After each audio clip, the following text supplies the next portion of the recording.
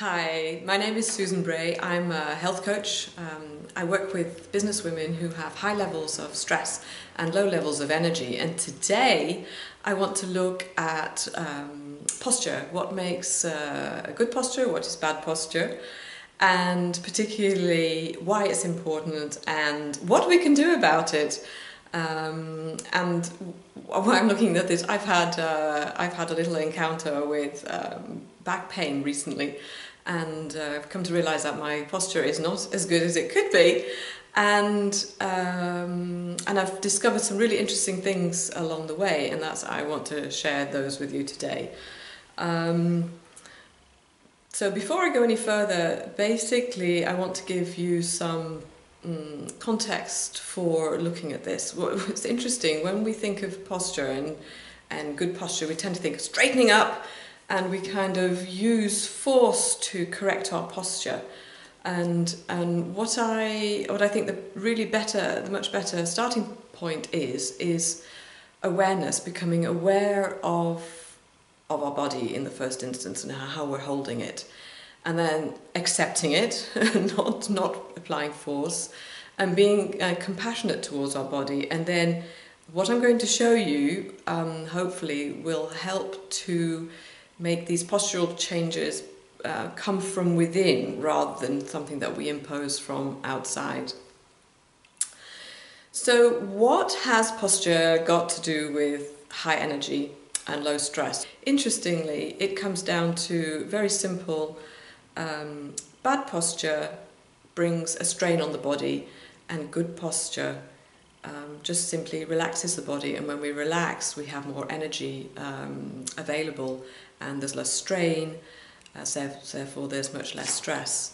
I've looked up the definition of posture. Basically it describes the alignment of our body, and when we have good posture our joints are aligned in such a way that the passive structures of our body, for example the ligaments and the invertebral discs, are stressed as little as possible. Just a warning to begin with, your body will likely resist any change. It's just natural. That's what our body, that's what our mind, that's what our emotions do, resist changes. And it might feel quite uncomfortable to begin with. But the thing to do is to know that the changes that you're making are actually going to bring you much more energy and much more relaxation, and it's really, really worth doing.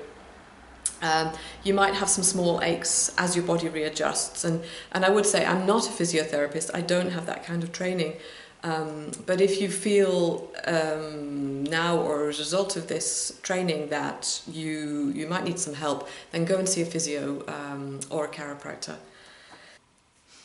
So why do you want to, what are the benefits that you have when you have a good posture? Well, for one thing, the brain, or the head rather, this amazing thing up here is so heavy. You know, if we don't align our head above our spine and in ideal alignment with the rest of our body, we're carrying that out of alignment, and it creates a huge amount of tension and strain on our neck, on our shoulders, on our back.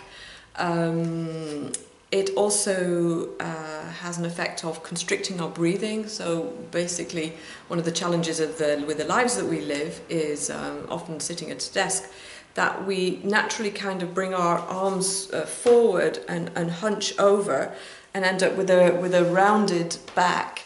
So you can imagine that that's a sort of habitual position that we're in. That constricts our breathing, and when we don't breathe deeply enough from our belly, from our abdomen, then we have shallow breathing, and shallow breathing will result in low energy and high levels of stress. It's just an automatic physiological connection. So by changing our posture, by relaxing into more of an upright position, we open our chest. We also open our abdomen and improve our digestion. Our whole circulation improves, so the movement of energy and blood throughout our body is improved. What I think is not often mentioned is when we develop awareness of our posture and start bringing improvements into our posture, there's a great spin-off, which is we get more body awareness. And when we have more body awareness, we're actually more aware of ourselves. And when you have the inclination to feel high levels of stress and low levels of energy, increasing awareness of yourself and of your body in time means that you will also become aware of your boundaries, and you have the option of being able to ask yourself whether you want to keep going when you're feeling tired, or whether you want to stop or take a break. And obviously, there's a very, very big difference between how you look. You've probably seen it yourself when people stand with an open-chested, upright posture. You look confident. You look confident and relaxed, and that's very magnetic, very attractive. Instead of this kind of position, leaning forward or looking down. It's it changes. It has physiological changes for yourself, but it also makes a difference in how people perceive you. So that's also a really great benefit. So if you don't have a good posture, you are much more likely to have neck, shoulder, back pain, headaches from tension radiating up to your head. I used to have severe headaches, and just simply by gently having awareness and then gently dropping my shoulders, I was able to actually manage the headaches without any painkillers. As I said, you have those shallow breathing. So one of the things that if you structurally have a bad posture, even if it's a little bit of rounding of the shoulders, so imperceptible that you'd hardly notice it, but obviously what I'm going to say goes even more, it is even more relevant if it's more exaggerated. Over time, that can cause misalignment, and that can cause excessive strain on your muscles, on your joints, on your bones, and even if this misalignment goes throughout the whole body, even on your organs, and over time that can cause actual deterioration of your joints. So all this obviously leads to greater fatigue and greater propensity to exhaustion. And there's one thing that's not perhaps often mentioned, is if you don't have good posture, when you come to exercise, you're compounding any misalignment that you might have. I had this a few years ago with yoga, and I thought that I had pretty good posture. But what I didn't realise is that every time I got onto the yoga mat, I was bringing a slight tension to my shoulders to the yoga mat. And I actually ended up having a frozen shoulder because of it, and it was the strangest thing. Nobody could explain it, but it was only after it had healed and I went back to doing sun salutation again and practicing yoga again that I realised, whoop, there it goes. And it was good, because with the awareness that I built up, I was able to counteract that. So what I'm going to do now is I'm going to change angle with the camera and show you from the side some of the things that I've picked up recently, which have been very valuable, and some of them I am thankful to my sister-in-law for, who's a very, very good physiotherapist. And get back to you. So there's a really good test that you can do to see whether you have good posture or not. And that is, if you stand against a wall with 6 feet, 6 inches, that's about 12 centimetres, isn't it? Yeah, 12 centimetres away from the wall, and you should be touching the wall with your buttocks and your shoulder blades. And ideally there should be no more than 2 inches of space between your lower back and the wall and your neck and the wall. So yeah, I think I'm okay, but I've been very conscious of my position. So how do we become conscious of our position? What is it that we want to aim for? Well, here's a really, really great tip that I picked up recently. You might have heard of this before, but it's much easier than trying to correct all the different parts of your posture, and that is the balloon. How to release a balloon as I think about it. So imagine a balloon is attached to the top of your head, and that balloon is wanting to go upwards, and when you imagine that balloon going upwards, it actually really pulls a lot of your posture naturally and from within your body into alignment. It kind of almost like drops in shape.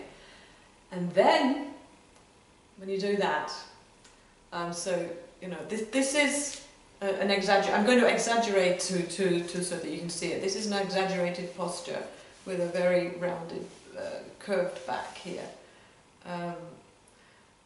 But what I need to correct, and I think a lot of people, I think what you probably need to correct mostly is your upper back.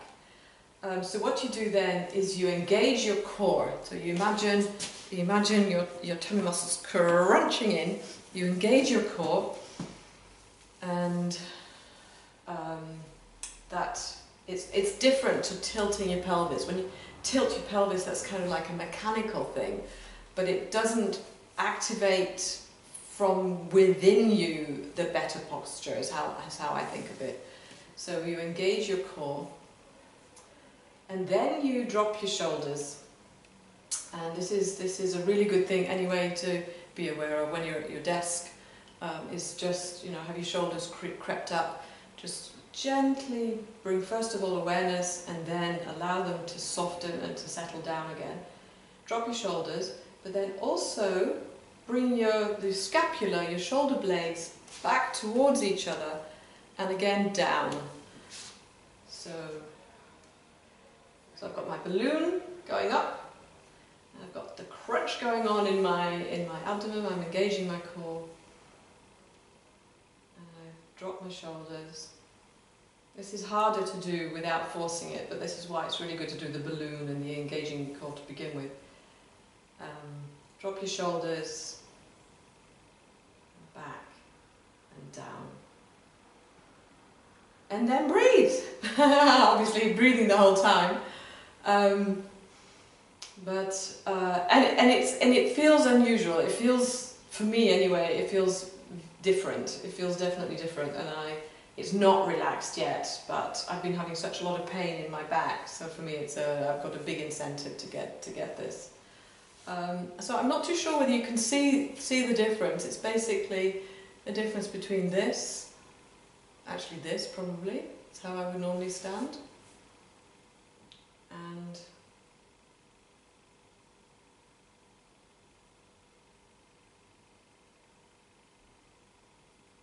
this.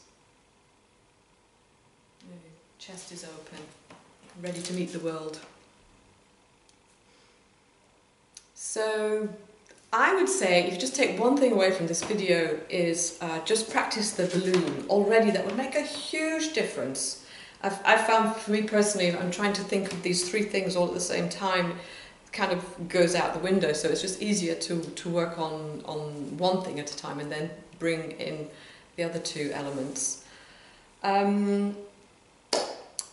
So, and now I'm just going to show you a few extra exercises that I do to bring movement and space and ease into the shoulders, and specific exercises that work this part, which for a lot of us honestly is probably very locked up. So I'm going to show those separately because I think I need to get onto the mat for those. So to start with, a couple of neck exercises to relieve tension, and you probably know about the neck circling exercises.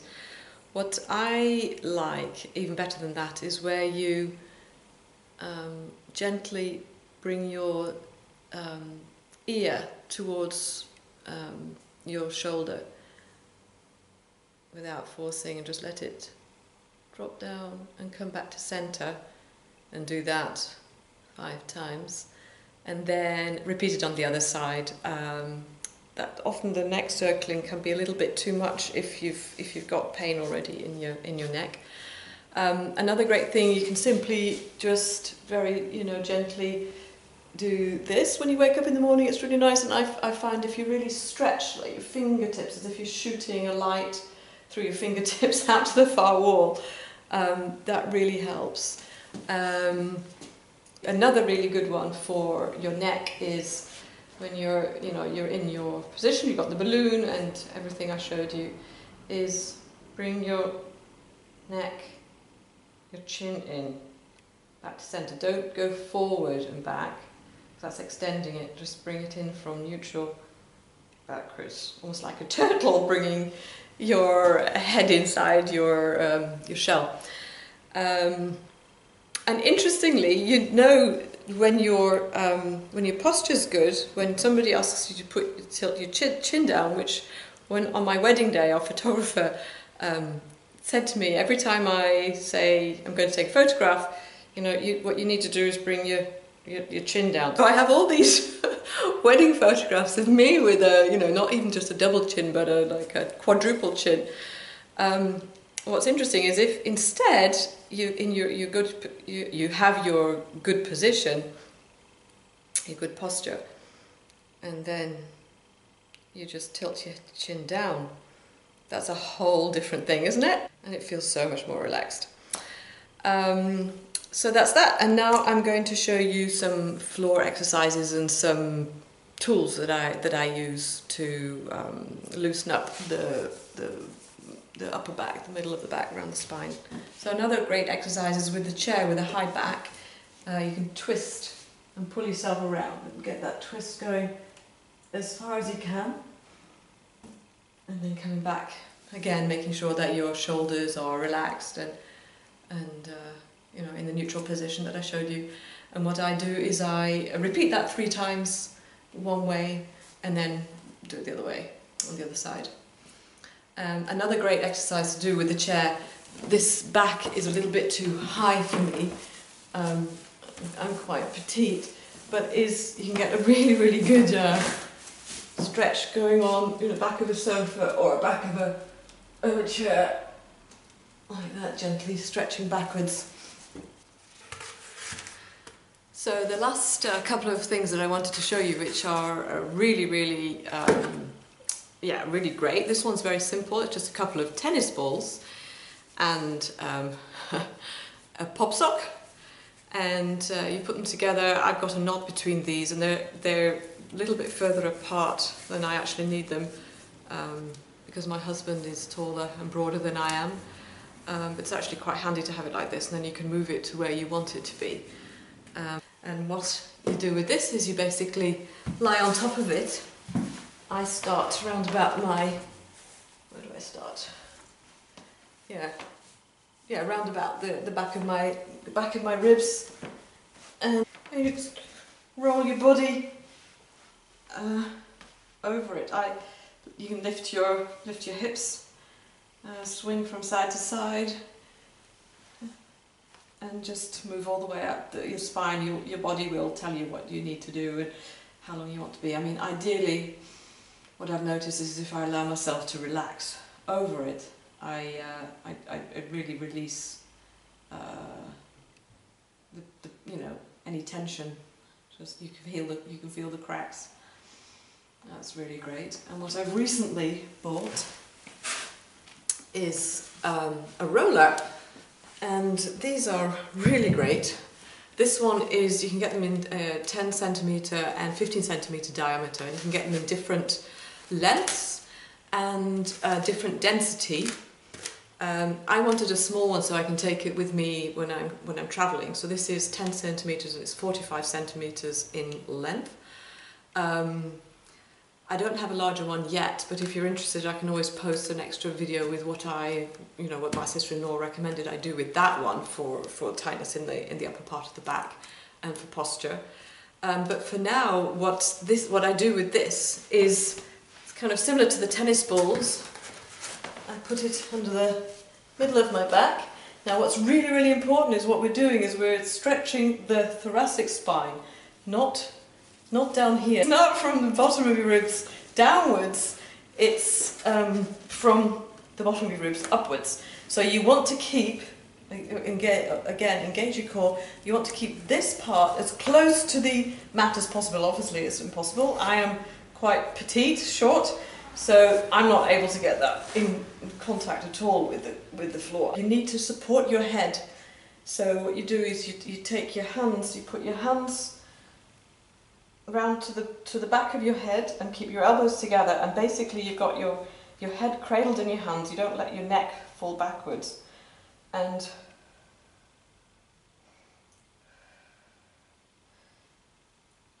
you move, keeping your tailbone down and your core engaged. You move back as far as you can. Breathing out as you go back. What I do is I breathe in here and breathe out again, coming up. That works best for me. What you can do before you even start is just do a couple of, oh that's tight, just do a couple of rolls up and down your spine, and then move, like I was just showing you then, vertebrae by vertebrae, up your spine, and goes, be pretty aware and gentle. And the more you relax, the more you're able to let the tension be released. When you come up, it's really important to do it really carefully. And that's basically it. I hope that with these tips, you can easily start, if you don't have a tennis ball and a roller, just yet, just start with the balloon, start with the postural exercises that I was showing you, and let me know how you get on. You'll notice that even though it might feel very uncomfortable, a little bit strange to begin with, you will notice that your energy will increase and that your body will start feeling much more relaxed.